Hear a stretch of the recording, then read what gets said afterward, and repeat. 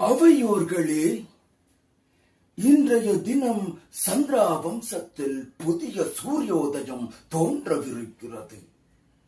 வீரநடையோடு தொடங்கும் ஒரு சகாப்தத்தின் வெற்றி பயணம் துவங்கவிருக்கிறது. எதிர்கொள்ளவிருக்கும் பயணமானது வெற்றி பயணமாக அமையும் என்றால் கடந்து வந்த பாதையையும் மனமானது எண்ணுகிறது. அன்று நெஞ்சுருகச் செய்த ஒவ்வொரு நிகழ்வுகளையும் மனமானது எண்ணி கழிக்கிறது.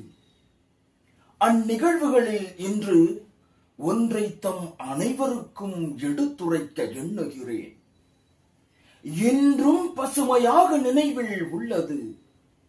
விளையாட்டு சிறுவர்களாக இருந்தனர் எனது அன்பு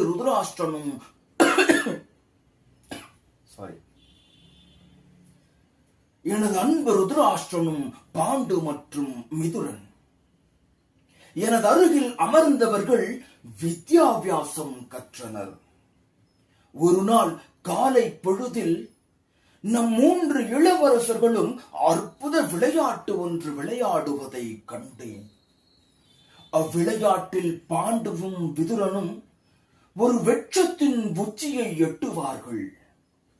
இருவரும் நம்பிக்கையோடு தமையனை உரத்த குரலில் அழைத்து மண்ணில் குதிப்பார்கள்.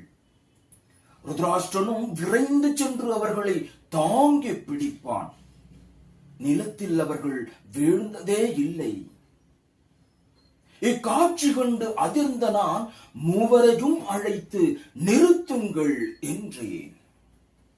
பிறகு பாண்டுவை எம் அருகே அழைத்து, பாண்டு, இதென்ன விபரீத விளையாட்டு மகனே? தவறுதலாக நிலத்தில் விழுந்தால் உயிர் பிரியும் என்றேன். அப்போது பாண்டு சிரித்த முகத்தோடு, பிதாமகரே, நிலத்தில் நிற்பது எம் தமையனாவார், நிலை குலைய விடமாட்டார் என்றார். மேலும் பாண்டுவிடத்தில், உனது தமையன் விருதராஷ்டிரன் உன்னுடைய ஒலியை கேட்கும் திறன் பெற்றவன், ஆனால் உன்னை கண்ணார காணும் திறனற்றவன் என்றேன். அதற்கு பாண்டு என்னிடத்தில், பிதாமகரே, என் அருமை தமையனுக்கு தம் தம்பிகளான எம்மை காண நித்திரை தேவையில்லை. எம் மீது அவர் கொண்ட சிநேகமே அவருக்கு 1000 விழிகளை தரும் என்றான். இது போல நீங்களும் டப்பிங் பேசணுமா?